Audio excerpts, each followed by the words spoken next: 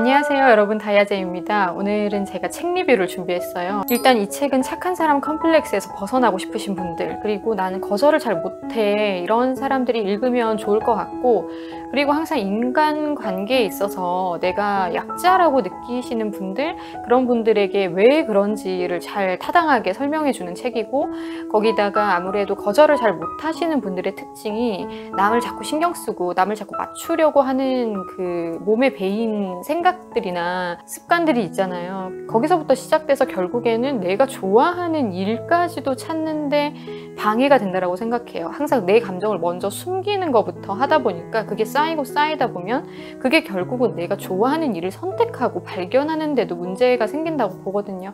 그래서 그런 분들에게 도움이 될 책이라고 생각 들었어요.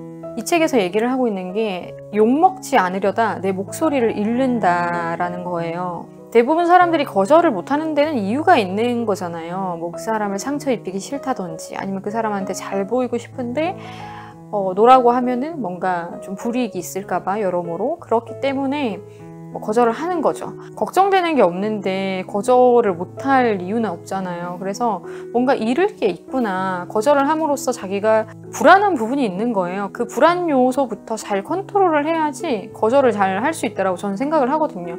그래서 여기서도 보면은 예를 들어서 안도감이라는 그 감정, 내가 이 집단에서 다수가 원하는 걸 수긍함으로 인해서 안정감을 느낀다라는 거죠.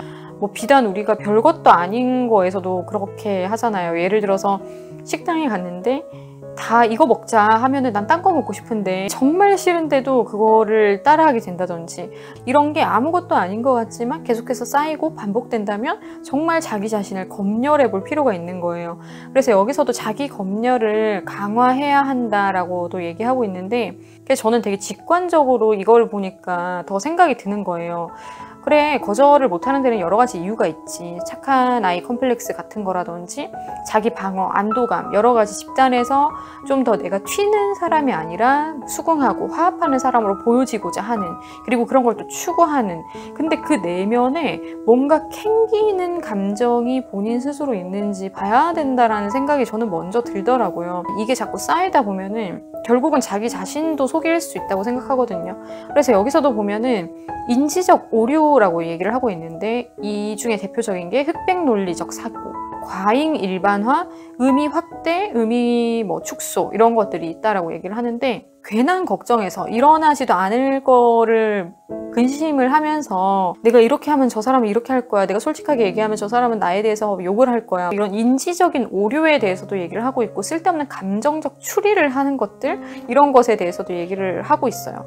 내가 잡채밥이 먹고 싶어서 나 잡채밥 시킨다는데 그 사람들이 뭐 같이 양장피 안 시켰다고 뭐라고 하는 것도 우스운 거잖아요.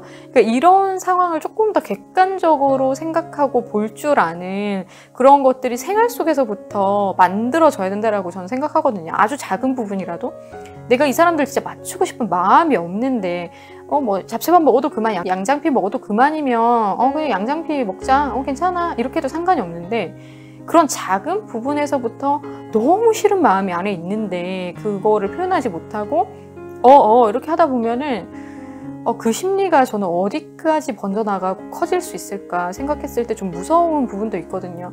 그래서 자기 감정을 억누르고 솔직하게 말하지 못하는 이 감정이 나중에 정말 어떻게 변질돼서 얼마만큼 이게 지독하고 악독해질 수 있는지까지를 우리가 생각한다면, 정말 내 감정 앞에 부드럽게 솔직하게 응대하는 그런 모습이 나 자신부터 필요하다고 생각해요. 내가 내 의견을 존중을 하지 못하면 그 누가 내 의견을 존중해 줄까요?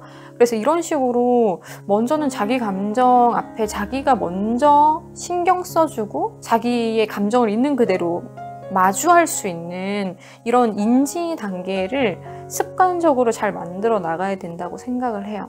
그리고 남이 도와주려고 하는 거를 쓸데없이 거절하는 사람도 있는 그런 또 예도 나오는데, 거절을 잘 해야 된다고 해서 이런 부분까지 막 내쳐내는 게 거절을 잘하는 건 아니겠죠. 도움을 받을 때는 또 받을 줄 아는 사람이 돼야 되니까 참 이 양면을 잘 사용해야 된다라고 생각해요. 결국은 뭔가 내 체면 때문에 나를 도와주려고 하는 이 사람의 도움까지 막 내치거나 이런 경우도 있으니까, 이 모든 것들이 남의 시선을 신경 쓰고 의식 의식하는 데서 온다라는 거를 얘기를 하고 있는 거죠. 이런 데서부터 내가 선택하는 거를 편하게 선택하지 못하니까 나는 더 불행해질 수 있는 거죠. 그래서 행복을 논하기 이전에 먼저는 내가 원하는 것과 원하지 않는 것을 명확하게 알고 그거를 yes, no 라고 얘기할 수 있는, 아, 이걸 난 좋아해, 난 이렇게 하고 싶어, 그리고 난 이거는 좀 힘들 것 같아, 도와주고 싶은 마음도 있는데 근데 내가 현실상 지금 내 상황상 이거는 힘들 것 같아, 정확하게 떳떳하게 그게 사실인데 얘기하는 게 맞잖아요. 그래서 이런 것들을 계속 좀 내 감정을 배제시키고 저 사람의 감정을 좀 배제시키고 정정당당하게 생각해 볼 때 오히려 답이 명료해지는 것 같아요. 그리고 재밌는 내용이, 남이 나를 칭찬할 때 그 칭찬받는 나 자신이 만족스럽기 때문에 그 행동을 반복하게 된다라는 내용도 있어요. 아, 착한 아이 컴플렉스죠, 그쵸? 계속해서 사람들이 자기를 예쁘다, 멋있다 이렇게 할 때 너무 좋다, 아, 넌 이래서 좋아, 이 말을 반복적으로 듣게 되면 자기도 모르게 그 말을 의식하고 그 말이 기분이 좋았으니까 또 그 기분 좋은 만족감을 느끼려고 계속해서 그 행동을 반복하게 되는, 한마디로 그 달콤한 그 감언이설의 노예가 되는 거죠. 근데 우리가 참 이거는 조심해야 되는 것 같아요. 사람은 분위기에 살고 분위기에 죽는다라는 말이 있는데 진짜 이 분위기, 내 기분을 좋게 하는 그런 말들이 나를 가장 위험에 빠뜨리기 좋다라고 생각을 하거든요. 그래서 저는 칭찬은 참 좋은 거지만 또 참 조심해야 된다라고도 생각을 해요. 그렇기 때문에 칭찬을 통해서 사기꾼들이 가장 많이 접근을 하고, 사기를 칠 때 가장 크게 사기꾼들이 사용하는 방법이 칭찬을 하는 거죠. 좋은 말 위주로 하고. 그래서 뭐 유튜브도 그렇게 해서 잘 되는 사람들이 많잖아요. 항상 좋은 말 하고 사람들이 기분 좋은 말 하고 그러면서 잘 되는 사람들도 많죠. 그게 설탕이라고 봤을 때 계속 먹으면 어차피 몸이 상하잖아요. 그래서 저도 설탕에 속지 않으려고 항상 신경을 많이 쓰는 것 같아요. 너무 위험한 거니까. 기분이 일단 좋으면은 방어 기제가 좀 이렇게 느슨해지잖아요. 그때 훅 들어오는 거니까. 그래서 칭찬을 정말 조심하려고 합니다. 계획적으로 쓰는 사람들이 사회에는 굉장히 많고 영악한 사람들이 뭐 어린 나이 때도 있을 수 있기 때문에 그런 부분에 대해서 한 단계 더 나아가서 생각을 하다 보면은 감언이설 때문에 춤추는 광대가 될 일은 없겠죠? 아무튼 내가 주체적이지 못하면 자꾸 남을 따라가게 되죠. 남의 의견을 더 많이 의식하게 되고 남의 의견이 더 맞는 거라고 믿게 되는 경향도 있고요. 그래서 자꾸 나를 더 나은 사람, 좀 지식이 체계화된 사람이 되게끔 자꾸 만들어야 되는 것 같아요. 학문적인 걸 논하는 게 아니라 남들보다 한 수를 더 모을 수 있는 사람인가, 그거를 자꾸 생각하고 그 방향으로 내가 조금 더 성장한다면 거절, 뭐 이거를 받아들이냐 안 받아들이냐에 대한 고민은 훨씬 더 덜해질 거라고 봐요. 내가 생각하는 거, 이거에 대한 확신이 뚜렷하게 있을 때는 남한테 흔들릴 수가 없죠. 흔들릴래야 흔들릴 수도 없고 남이 나를 흔들지도 않아요. 이미 내가 강단이 있는 사람이란 걸 주위 사람들도 다 알기 때문에.